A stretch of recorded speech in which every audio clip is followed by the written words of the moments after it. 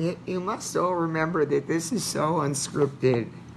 I mean, I can't believe it's 5:30 on a Thursday, and I'm even doing this every day, and I will. And forgive my voice for sounding a little hoarse, but I've been dealing with some laryngitis. But the show must go on. And I also want you to know that I'm not going to be repeating what I've read. You can go on Facebook, go through the feed. I think I've done about 5 or 6 right now. So you're welcome to go and do it that way, or just check out the website, susanmintz.com, or you can go ahead and get my book for the one person that did. And just understand that, I'm just sitting here in my dining room, the little dining room, talking into my phone. No big lights, nothing fancy, just wanting to share my life with so many of you. And thank you again for all your prayers and for everything, because, oh, there it is, because it works. Hold on just a minute, Don. I gotta just throw a hair away. Everybody says my hair is so pretty. They don't realize that I'm shedding. I feel like I'm one of these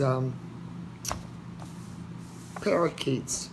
So anyway, where I did leave off, I'm on my honeymoon in Spain.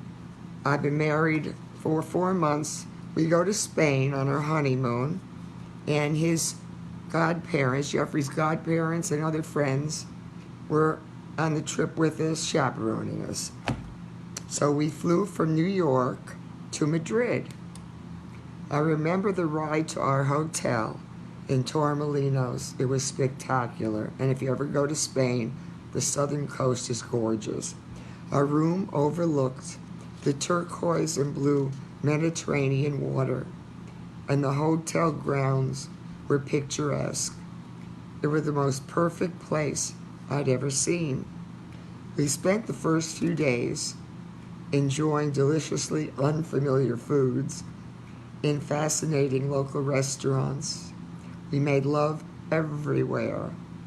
I was sexually attracted to Jeff from the moment we met. I loved kissing and holding him, running my fingers through his thick hair, his thick dark hair. It excited me. I told everyone I was in love with the fifth Beatle. I told everyone I was in love with the fifth Beatle. Your white, sparkling, beautiful smile captured my heart. Your body was naturally muscular and perfectly proportioned. You had the gracefulness of a dancer and the handsome good looks of a movie star. To me, you were the most perfect, exciting man in the world. We went shopping for days. You wanted to buy paintings. Well, I purchased a dozen pair of shoes. We weren't sure how much, quote, stuff we could take back to Albany and cram into a studio apartment. And, quote, the troops were constantly with us. They kept a safe distance and gave us our space, but we ate dinner, attended shows, and took the tours together.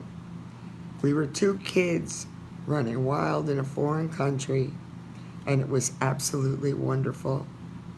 We were beginning to think that our rocky start was finally over. We spent the second week in Malaga. Our new hotel room was even more beautiful than the one before. But you changed, Jeff, during the trip. You became distant, and I was uncomfortable around you. There was an underlying current that something wasn't right between us. From the beginning of our marriage, this feeling went beyond our hasty wedding, my pregnancy, and the miscarriage. We were lying together in a hammock on the balcony, watching the sunset, only inches apart from one another. Yet I felt alone and uneasy. I can't remember how the quarrel started, but things quickly got out of hand. You hated to argue. You were soft-spoken, even-tempered, and sensitive. When you did yell, I'd laugh because you'd start to cough and your throat would get sore. I was the fighter, easily frustrated, violently angry, and viciously cruel. Water. I was a fighter, easily frustrated, violently angry, and viciously cruel. I lashed out at you shouting, I know you only married me because I was pregnant, end quote. You screamed back, quote, I don't think I can really love anyone, end quote. I said, Jeff, why are you so guarded, spoiled, and selfish? 1 minute you tell me you love me and want our marriage to work, and then you say you don't. What keeps you so far away from me? Who are you, Jeff? I was relentless, pushing you forward more and more and more. Finally you said, and I'll say that again, I was relentless. I was pushing him more and more and more. Finally he said, I think I'm gay. I've had men in my life sexually. I don't know what I am. I froze. My tears turned to ice. What had I heard? What do you mean you think you're gay? You're so handsome, so perfect. And you've always dated beautiful girls in high school and college. I've never seen you without a girlfriend. I would get so jealous when I saw you with someone else. What do you mean? You couldn't control your tears. And you cried. Oh, how hard you cried. My heart was in my throat. I ran into the bathroom and threw up. This nightmare couldn't be happening. We stared at each other, at two total strangers, in disbelief. Here we go. I finally said, first I get pregnant, then we get married. I lose our baby on your birthday, and just when I think we might make this marriage work, you tell me you think you're gay. You said, I've had 2 encounters with young men, and I don't know what I am. I always dated and had sex with girls, but I've also had men. I asked you the same questions over and over again. Are you bisexual? Are you homosexual? Do you want a divorce? What do we tell our parents? Is it because you were adopted? Is it because you think you weren't loved at birth by your biological parents? I continued to ask you questions you didn't have any answers for. We went through hours of hell until we reached the point of exhaustion. The last thing I remember was falling asleep in your arms. As the sun came up in this storybook setting, a new day was before us. We woke up drained from the previous night's events. My eyes were swollen and half closed, but as I looked over at you, I loved you. I wanted everything to go away. This was a bad dream. I wanted to believe that last night didn't happen.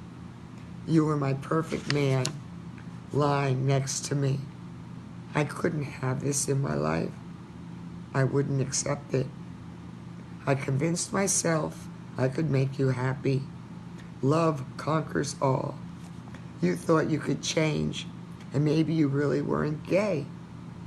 We were so naive, but perhaps our inexperience in youth worked then to our advantage. We were more afraid to be without each other than to stay together. were the things we had in common strong enough to give this marriage and our friendship another try. I'm going to stop here because I want to give you, though this is my marriage and my life, if you have any LGBTQ friends in your life, my life is not uncommon. Many people stay together for all the wrong reasons, for all the right reasons. I know my reason was manyfold. I loved him. I knew one day as Dr. Jeffrey Mintz, he could give me some financial security that I wanted. But there was that sense of adventure and that sense of everything he gave me that I loved. And it wasn't until later that even more things would happen. But I just wanted to share that just because you go through rough times in your marriage or in your relationships, don't give up on them. Because sometimes you don't know what your purpose is. You don't know what you were put here for. You don't know how the book's going to end. Lord knows you may know mine because I've got it on a website or you've heard my testimony a few dozen times. But you don't know how your life's going to end. So I would just say roll with the punches and do what your heart tells you to do and do what God tells you to do. I say for today, I thank you, Lucy, my darling Lucy, and Donna. Thank you so much. I don't know, I check later on to see the viewers, and I'm amazed to see 50. And then I go on a couple hours later, and there's 90. Then I go on a couple later, and there's over 100, and I think, my goodness, I want to just reach one, and I'm actually getting a few. So I'm doing this for me. I'm doing it for the one person who may not have hope right now that things are going to work out, who wants to throw their husband out with the trash, who wants to throw their kids out with the bathwater, whose life sucks, who's going through a time in their life when they're saying, tell me, Lord, what am I doing? Don't give up. If anything, may my story be inspirational and motivational, and may you realize that you don't know how strong you can be until you have to be. Shalom all. God bless you. Hi, Vicky. Pretty girl, my sister. My best friends, my sisters, everybody. Share with your friends. Please share my website with your friends. Please share these Facebook posts with your friends. Please share. That's the greatest thing you can do. All of you have dozens and dozens of friends. Hundreds, some of you. Hundreds of friends. All you have to do is send a post that says, go to Susan Mintz's Facebook and read her posts, because she's reading her book. She's reading her book. Might take 6 months to get through. Might take a year to get through. But I'm going to do the best I can to fill you in on a love story that must be told to the world. I don't know who God's going to bring along, but I know that one of your streaming services is out there, and there's a producer or a director or an actor or an actress or somebody connected with it who's going to want this story. And it will be made before I die into a major series. And I know I may need a couple of my friends, like Vicky or Lucy, to actually wheel me onto the stage and tell me why I'm there. Because I'm going to be so old, I'm not going to remember. How does it say, bring them on? Gwen, greetings. Hi, everyone. Oh, hi. It says, bring them on, can. Wait, bring them on in a can. No, of course it doesn't mean that. Well, anyway, I'm going to say shalom, have some water, and for those of you who said prayers that my knee got better, yes, my knee is not healed, although it's healed, but my orthopedist said no surgery. I do have arthritis. I do have tear in my meniscus. But at this point, he said just continue physical therapy and do my exercises, stay prayed up. He didn't say that, I added that. And if I ever told him a lot of stuff, he'd have walked out of the room before he even saw me. So anyway, God bless all of you. Shalom. Hello. Shalom. Goodbye. Shalom. Peace. As of 5:45, you are all free to go do whatever you want. But I'm saying shalom. Please share.